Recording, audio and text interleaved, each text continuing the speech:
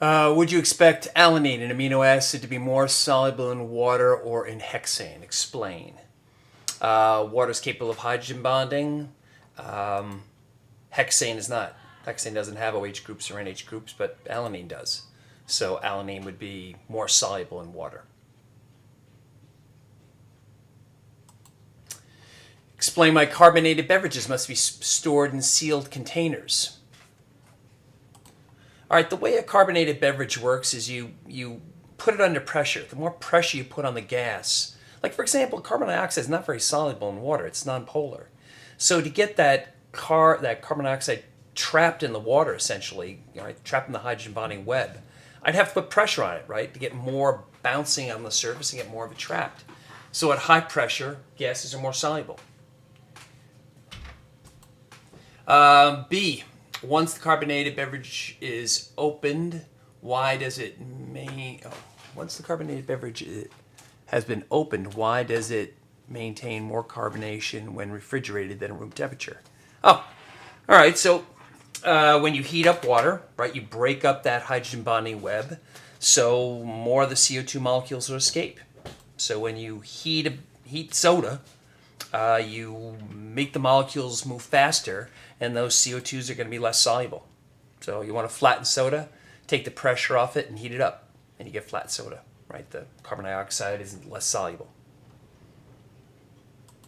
That's for all gases.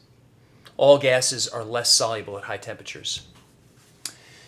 Henry's law constant, all right, for helium gas at 30 degrees Celsius is 1.37 times 10 to the minus 4 moles per liter per atmosphere.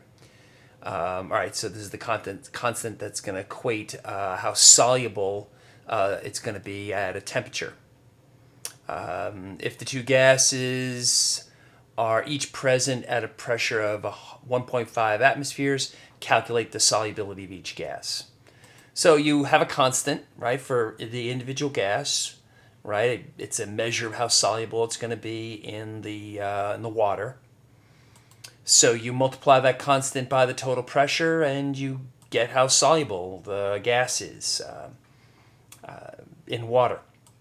So helium versus neon. Neon's more polarizable, so you'd expect it to be more soluble, and yeah, it's more soluble in water. Nice to be able to predict. Solution made up by combining 14.6 grams of methanol in 184 grams of water. Calculate the mole fraction, calculate the mass percent, and the molality of the solution. All right, so these are some of the different, I think there's only one, well, there's a few more. Concentration units, right? I mean, how concentrated is the solution, right? We have different ways of showing this. All right, the first one we're looking at here is mole fraction. Moles of the solute divided by total moles. So first thing you'd have to do if you have grams of methanol is convert it to moles. If you're given grams of water, you'd have to convert it to moles. Add them together to get total moles, and then divide it into the moles of methanol to get what the mole fraction of that solution is compared to methanol. Percent by mass, almost the same thing as mole fraction, except you're using grams. So grams of the solute divided by the total grams times 100. So take grams of the methanol, divide it by total grams, times 100 to turn it into a percent, and you get percent by mass.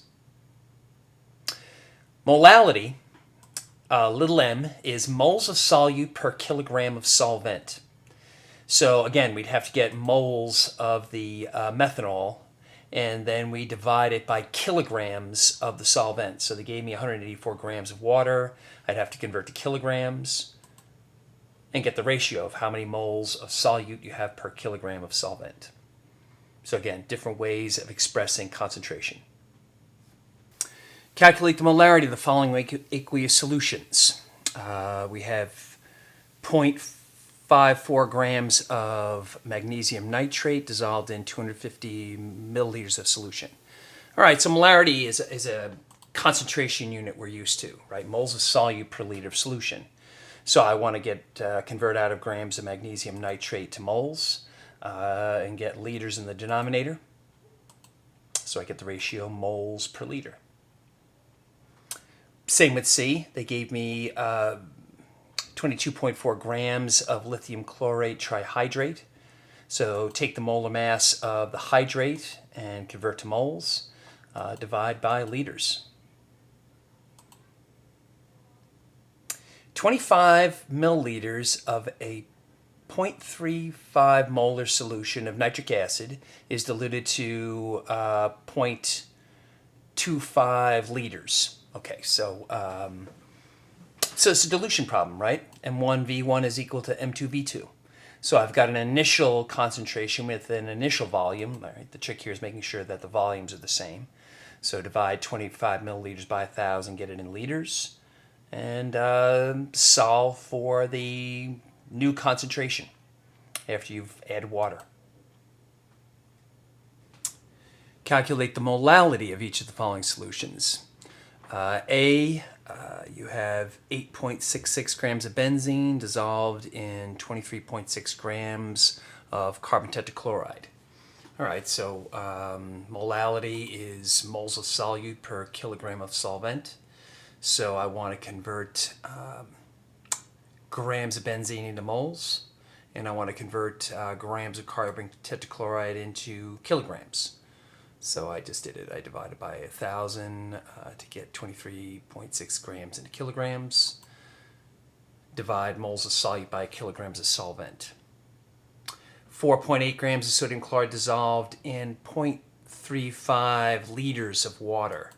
All right, so again, got to get moles of the solute. Now they give me liters of water. I guess we have to assume that the density of water is, for every 1 liter, you've got 1 kilogram of water as a way to get kilograms of water. All right, so again, molarity, big M, little m. I didn't do it. It's just the way it is. A sulfuric acid solution containing 571.6 grams of sulfuric acid per liter of solution has a density of 1.392 grams per cubic centimeter. Okay, a lot of information here. Calculate A, the mass percentage. Okay, so we need mass of H2SO4. All right, we're given that, and that's per 1 liter.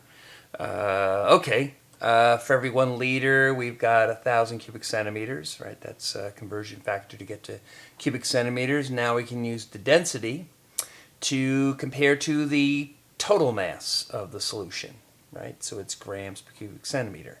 So if I multiply across, all the units cancel, multiply by 100 to get in a percentage, and this will give me the mass percent. Calculate the mole fraction. Okay, it gave us a liter of solution. All right, we can use cubic centimeters again and use the density to get to grams of solution. Okay, so if we've got grams of solution and we've got grams of the solute, sulfuric acid, I can subtract one from the other to get grams of water. All right, so now that I got grams of water and grams of the solute, H2SO4, I can use their molar masses to get moles. Once I've got moles, I can use the definition mole fraction, right? Total moles divided into moles of the piece you're interested in, which is moles of the solute.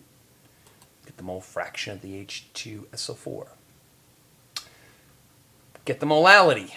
Okay, they gave me grams of H2SO4. What I need is a way to get to grams of water. Oh, well, we just did that. Right, let's back up. Right? This is what we did here. We got the grams of water by subtracting total grams of solution from the grams of H2SO4. So if I've got grams of water and grams of H2SO4, I just want to convert to moles of H2SO4 and divide by kilograms of water. That'll give me molality. D, the molarity of H2SO4 solution. They gave us grams of H2SO4, so we can use the molar mass again to get to moles. And they gave us a liter.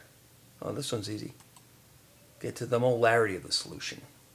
All right, so this is just unit conversion, right? We're just playing around with the different conversion units we got to get to what we want to get to, right? The different ways of expressing concentration.